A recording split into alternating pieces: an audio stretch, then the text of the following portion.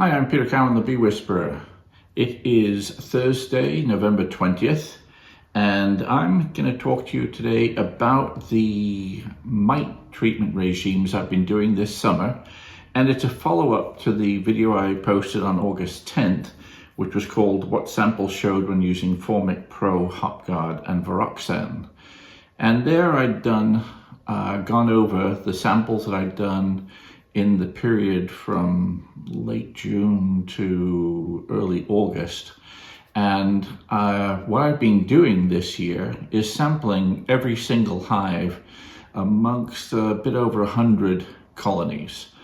And I've been following what was, and treating every hive individually, as opposed to what I've done in the past, which was going to a yard of say 10 to 15 hives, taking 3 or 4 samples and working on the assumption that those samples represented reasonably accurately the mite levels in those hives, and treated or not treated accordingly. And I found that, number one, sampling all the hives is extremely useful and sheds a lot of light on understanding more what's going on.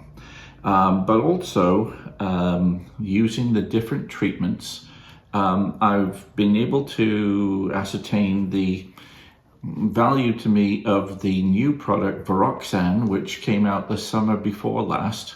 And this is the first full year where we've had a chance to use it. We'd used it a little bit in the fall the year before. And last year I had a full year of running with it, or this year I had a full year of running with it. And so I've seen some results, some really encouraging and some less encouraging or a little disappointing. Once you get your hopes up, you hope it's going to be like a golden bullet, and of course it's not, a silver bullet rather, but it's not the silver bullet that we've been looking for, but it does help a lot. It's going to be a very useful tool in our armory. And it's given me, shed a lot of light on how mites are getting into my yards and how they're not, and where they're not in different times of year. And let me explain. During the early summer, when the colonies are growing really well, there's food coming in, there's very little pressure on colonies of mites coming into those colonies. What you do have is lots of brood, so you've got lots of reproduction of mites in those hives.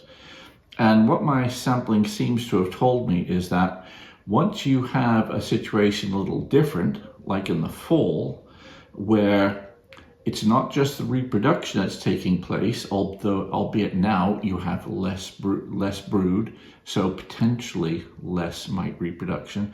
In fact, what's going on in there, in fact, is the mite reproduction is still the same, but in fact, it's just at a higher percentage of the brood because the same number, or growing number of mites are being restricted to a smaller amount of brood. So your percentages of mites in your bees goes up just by the fact that the amount of brood is going down. But what also seems to be quite apparent is that from yard to yard, you have a great deal of differences in the ability for the mites to blow up in population far faster than can be accounted for by simple reproduction in the hive. The reproduction in the hive, strictly speaking, it should be maybe every 2 weeks. That's about the time it takes from a larval bee to go from being capped to emerging, and the mite getting out and getting into another hive. So the mites can go through their whole life cycle in a roughly 2-week period. And the mites aren't just they're reproducing far faster than can be accounted for by just the reproduction alone, where they're more or less doubling every 2 weeks or so, assuming nothing is checking their growth. I've got some here where mites went in a period of roughly 30 days, just over 30 days, from 4 in a sample, giving it Viroxan, to 37 in a sample, or 2 in a sample to 13 in a sample, or 3 in a sample to 17 in a sample. These are growing far faster than simply reproduction in the hive. And it seems to be very yard specific. And sometimes it's just one hive in that yard, but usually it's the whole yard is showing some signs of this. And this can only be accounted for by an influx of mites from robbing.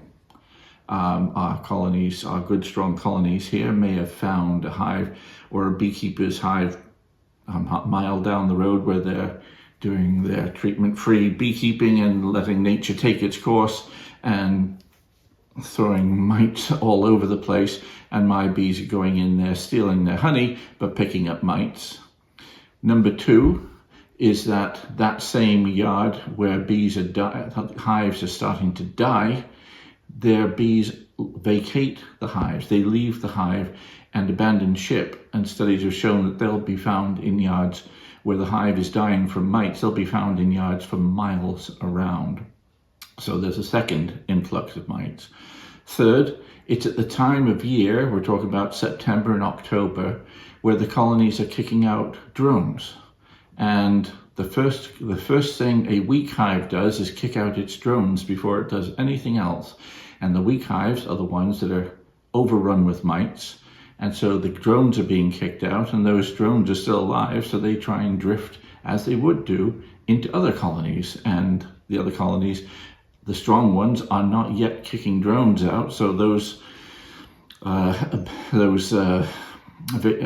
evicted drones from the colony full of mites are finding a home in my nice, clean, relatively clean, healthy hives, which haven't yet started to kick drones out. So we have three major influxes of mites that can be coming into the hive in addition to that reproduction. And so don't assume that if one yard is not showing a great increase in mites, another yard won't be, because all it needs is one hollow tree down the road with a hive full of mites, and your bees are bringing in loads of mites.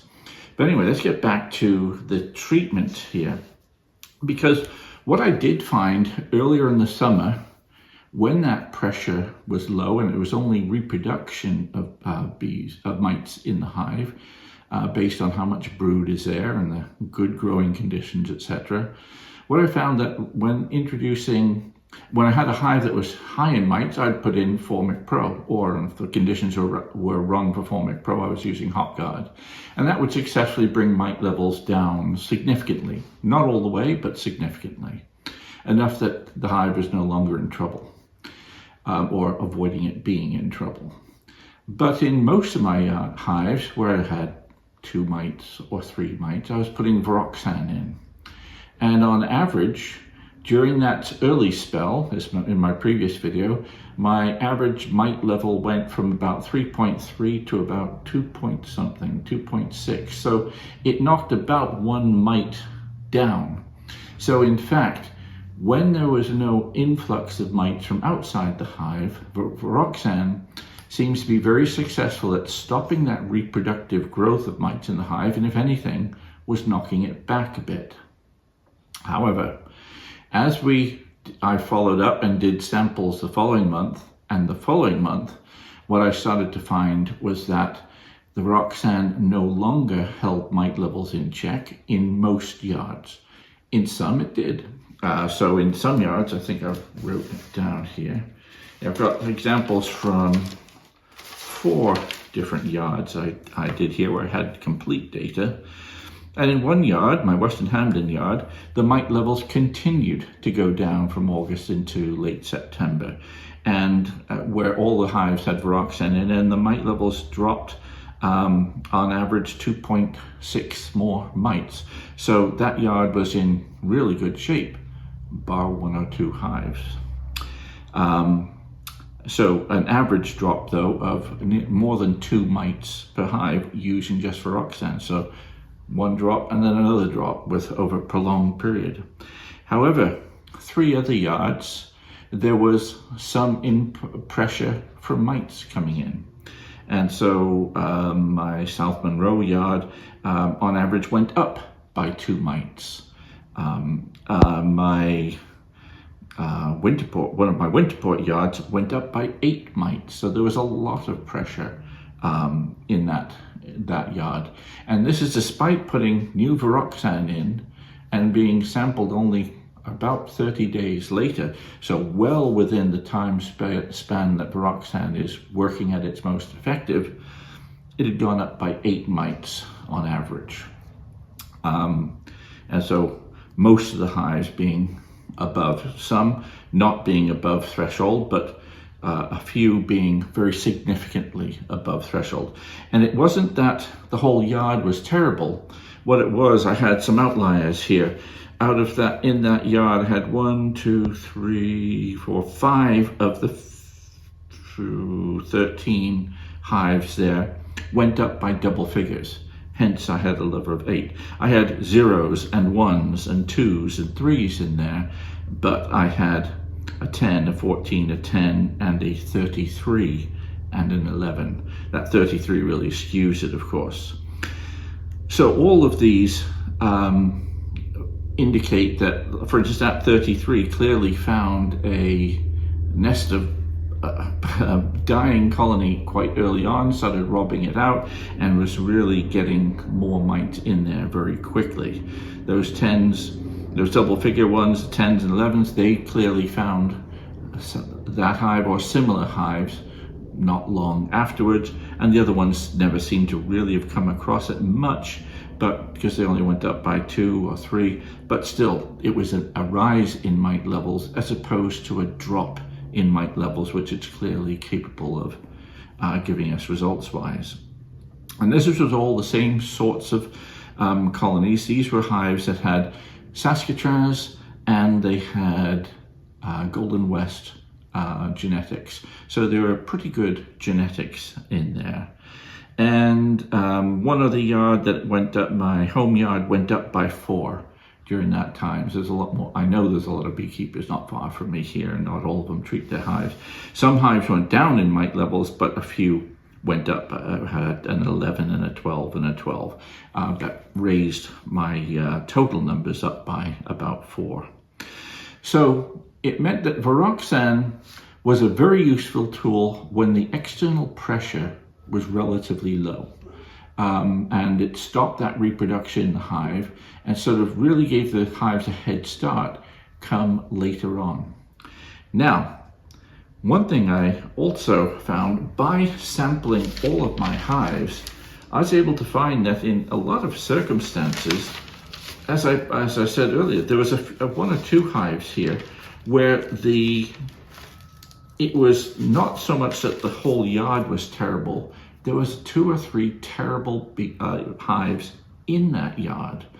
And so I'd have 2 or 3 hives with well into double figures of mites, and others at 0s and 2s and 3s and that sort of thing, well within manageable levels. And so by sampling them that way, what I was able to do is hit those ones with another dose of Formic Pro and continue with my Viroxan treatment in those hives that didn't need that, or were clearly very low levels of mites, so they may have needed it later, but by this stage we're now getting to October, so the reproduction that we can stop is pretty minimal, and actually flying time pretty much stopped by mid-October here. Anyway, we've had some pretty raw weather through November.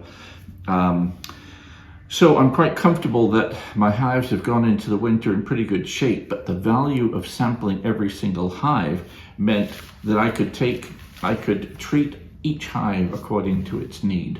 And where what was happening to be in previous years is I might be taking a sample of three hives in a yard of 15, and I'm missing that hive that had a 37 in it, or I'm missing that hive that had a 20 in it. That hive, if all the other hives were in pretty good shape, now becomes a mite bomb, and all of a sudden there's terrific pressure on the rest of that yard as one of my colonies dies early and the others can start to rob it out.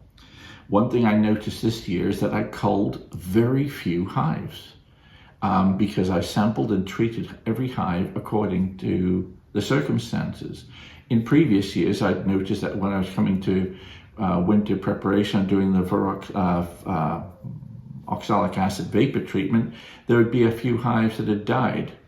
And you could tell that they were on their way out, but what's happened is that I didn't have hives doing that this year, and that's probably because I was able to sample every single hive and treat according to that individual hive's needs, and that means it didn't become a mite bomb in my own yard. I just had to deal with the mite bombs out there, of which there seems to be plenty, and more of my yards than less had mite bombs somewhere nearby. I had 2 yards where there was obviously significant mite pressure outside the yard, putting pressure on them. Most were so-so, and a couple were really good. No apparent pressure outside that yard. I think 3 yards I had very little pressure elsewhere. I had 2 yards where it was problematic and 2 where everything seemed about average. In terms of, did I detect any difference between the Saskatraz and the Golden West? Marginal. I did see some. I saw the Golden West was a little bit better on average. It had 1 less mite at the end of the summer than the Saskatraz. The Saskatraz were pretty good, but the Golden West were just a little bit better.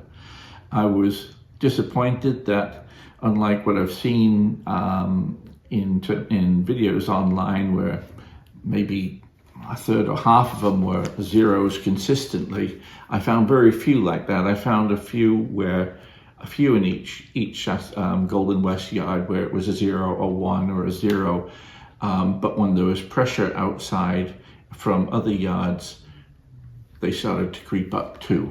So we haven't found the magic bullet yet. Viroxan's not the magic bullet, and when under mite pressure, nor is just the genetics. But if we can reduce the mite pressure by having more people treat their hives appropriately, and now we have these better tools to keep the average number of mites down anyway, I'm hopeful. This is the most optimistic I've been in terms of seeing how to handle mites and where we're going from here and how I intend to do it next year. The one big thing is that sampling all the hives has shown to be extremely helpful, and having Viroxan has also shown to be very, very helpful. And I will be starting with Viroxan earlier in the summer, and hopefully have very little need for any of the strong treatments in my earlier in the summer, whereas I had to put Formic Pro on maybe 1 in 4 hives during the early summer. This coming summer, hopefully if I can keep the levels down when there's little external pressure from mites drifting into the hives, then maybe I can avoid having to use that treatment at all until later in the year, when I find out how much or how little pressure there is externally influencing my hives. So I can hear the dogs barking, so I better get on with it. They wanted you out. I'm Peter Cowan, the Bee Whisperer. I'll see you next time.